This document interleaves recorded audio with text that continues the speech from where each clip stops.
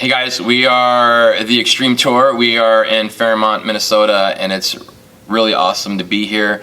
Today, we want to share a story with you about some of the things that happened at our event, which is really cool. So we started setting up the event, and as we were setting up the speakers and everything at this band shell at the park, there was a group of kids that were walking by, and I screamed at them, "Hey, do you guys want to be a part of the Tampico Challenge and make some money?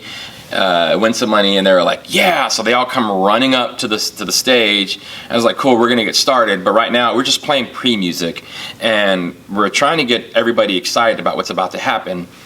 So we kicked off the event doing a little freestyle like jam session, and the kids started asking if they could rap. And I was like, "Cool, as long as there's no profanity and there's no like drugs or sex talk." And one of the guys was like, "Well, I don't know if I can do that, but I can try it." So I was like, "Let's try it." And so I was showing him how to edit his lyrics while freestyle. It was really funny. But he was like, "Yeah, I think I can do that." So we started this little freestyle cipher, or just jam session, and we let the kids in the community come up and rap. And at first, to be honest, I was like, "This is going to be so horrible." And then they started rapping, and it was so good. They were really, really good. And as we were rapping and doing this whole thing, this other kid comes up and he gets on the stage. He's like, "Can I do it too?" So I gave him the same rules. I'm like, "Sure, why not?" And so he started in, and that was just like to kind of start it off, to jumpstart the whole event. And then people just started showing up. I think overall at one point I kind of like close to 150 people there, and there were people kind of roaming in and out, and there was a lot of really cool interactions going on. But something that stood out is the kid that showed up later in the rap thing. I asked him his name. He's like, "My real name or my stage name?" And I was like, "Whatever you want to go by." And he goes, "I go by Lil Skits." And I was like, "Cool, Lil Skits it is." And so we gave it up for Lil Skits, and he was rapping. And then there was another guy there who went by Sid the Sloth. And he was sharing his music, and everybody was in this moment. Sid the Sloth had this really cool tattoo on his arm, and he was the kid that told me he didn't know if he could rap without cussing or without being negative. But then I read the tattoo on his arm, and it was really cool. I think it said like, "Even in the darkest hour you knew me," or something like that. It was a scripture. I thought that was really neat. And then he had a semicolon, which you guys look up that thing. It's a really cool thing. But there was just this story that was being told by these kids that were on stage as they were pouring their hearts out musically. And it's crazy because if you drive through Fairmont, it's really pretty and it's really nice. I mean, we all pulled into town. We were like, "I don't know what's going to happen here, but it's really, really nice." And so we saw what looked really it just looked really healthy. And we saw these kids show up, and it was like they began to peel back this veneer as they began to expose the things that they deal with on the inside in their music. And this kid, Lil Skits, began talking about why he has that name, and I'm going to let Damon talk about that in just a little bit. But he was really responding. It's crazy. Everybody was responding. Like, there was this really beautiful response from everybody during the entire event. And there was this moment where Skits was like, "Everybody is sharing their story and their heart, and I would like to share my story and my heart. And I wrote a song for my sister. Would you let me perform it at some point?" And I was like, "Yeah, stick around to the end, and we'll let you do that." I'll let you talk about like why he goes by Lil Skits, because it's pretty crazy. Yeah, absolutely. So we were standing on stage, and he had just come up, and while he was waiting for his turn to jump into the cipher, I just asked him to confirm his name, and I was like, "Little Skits, right?" He's like, "Yeah, there's a story behind that." And he said, "I have schizophrenia, and so I go by the name of Little Skits because I want people to be aware of it. It's not a bad thing. It's it's something that I have, but we can deal with." And I was like, "Man, that's pretty deep." Because he's a younger guy. He was only 19 years old, but I just felt that there was a lot of maturity and a lot of thought in his selection for his stage name. So I knew at that particular moment that we were in the presence of somebody special, for sure. Yeah. And then as the night started coming closer to an end, he kept asking, "Can I do my song? Can I do my song? Can I do my song?" And I told him, "Yeah, you can do your song." And he starts doing this song, and he starts singing these lyrics, and you can tell he's censoring himself because he's like, "I'm thinking what the frick," and blah blah blah, and and I don't give a shiz, and he's like saying all these things in his words, and I'm just listening to him, and he's talking about his sister, who he's like, "Yeah, my half sister passed away, and I just wrote the song about her," and he's talking about how,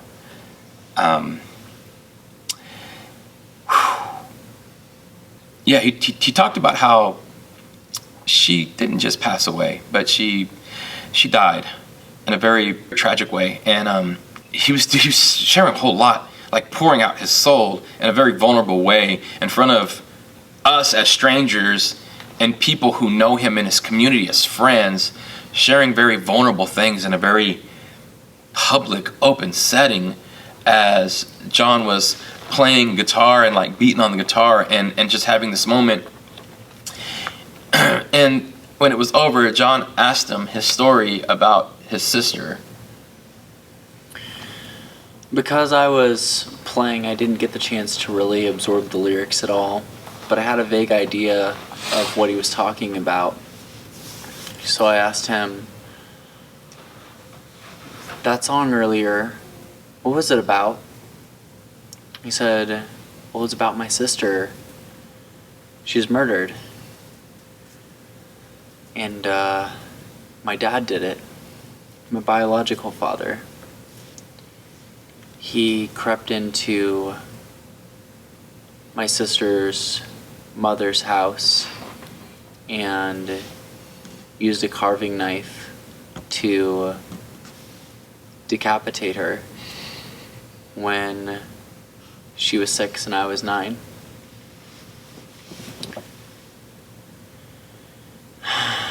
And like, that's such an incredible weight to bear.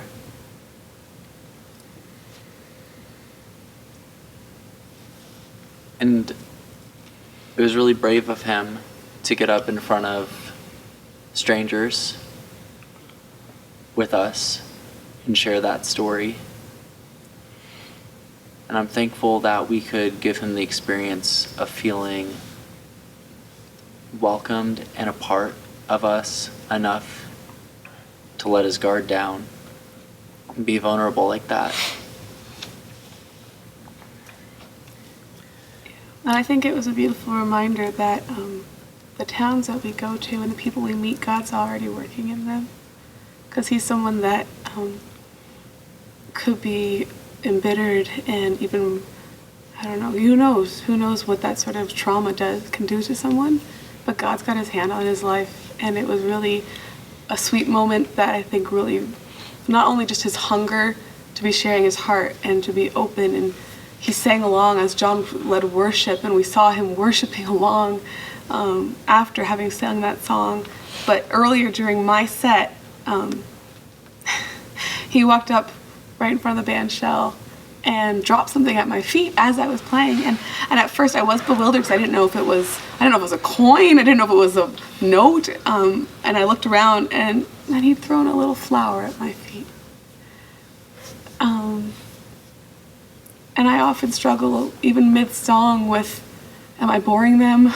Am I doing okay? Are they bored yet? And that was this beautiful, sweet, tender little encouragement that spoke volumes to me. And then later when he shared about his sister, again with just such tenderness and such love, despite his trauma, God has his hand on this young man's life, and it was an honor to meet him and be a part of it for a moment. There was this really beautiful thing that happened where we, at the end of every event, we have what's called our campfire or our kumbaya moment, where we invite people to stay after the event is over and have a time of worship. And we weren't sure who was supposed to lead or what was supposed to happen, but we all did a song. There were 3 of us up there, and while John was leading in his song, we left him on stage because we wanted him we were all just kind of hanging out and the event was done. But he had done his song, and then we went right into worship, and he was sitting on stage, and there were people sitting all around, like in the seats, on the benches or whatever. When John started singing, what song was it that you sang? Build My Life. Yeah, he was singing this song, Build My Life, and he started singing along with it. It was really beautiful. But when he stopped singing, he jumped up and goes, "Everybody wait." And he ran into the crowd and grabbed his friend and was like, "You have to come up here and sit." Like, there was this presence and this movement of God that was just really beautiful, to where we were seeing somebody like experience freedom and release and healing, and just like the presence of love. And when it was over, he grabbed the guitar and started playing, and Kim was asking him, like, "Oh, you play guitar?" He's like, "Yeah, and I used to play in church, or I learned in the youth group." And I thought that was really, I thought that was very telling also. Once again, we're in a town where there's a lot of beauty in this town from an appearance. A kid who went to church, who was involved in youth group, who has dealt with these really deep and heavy things and situations, and he was able to open up and be free in all of it. There were so many people there. I mean, at one point there was a group of kids playing soccer while the music was going on, and somebody would ask a question and they'd all stop and be like, "Yeah, and then they would just keep playing soccer again. Like, they were paying attention to every word that was coming out, of everything that was happening. And I mean, every person was just engaged, and there were so many people there, but it was like we knew we were there for Skits. We knew we were there for him. And there were some, and the crazy thing is, there's so many stories. We met so many incredible people in this town. We met a lot of people who are in recovery. We met a lot of people who just want to be a part of something like real. And there was just this beautiful, like, authentic love that took place today. And everybody experienced it. Everybody felt it. It was so real. The conversations that we had. And yes, even though Skits was just one of hundreds, like, God came for him. Like, his love was there for him. His freedom was there for him. Like, everything that he had done on the cross was for him, and his peace. And it was just so beautiful. But we wanted to share, as we were debriefing about the day, everybody had an interaction or an encounter with this young man that is hungry. And the dude stuck around until we loaded up all of the sound system and all the cords were put away. He was helping move gear. He didn't want to leave. He was upset that his phone was dead because he couldn't get, like, everyone's information, but he did give his information to someone. He was running around like, "If you need my information, talk to this guy. If you need my information, talk to this guy." And he was just like running around telling everybody, saying, like, "Please don't forget me. Please remember me."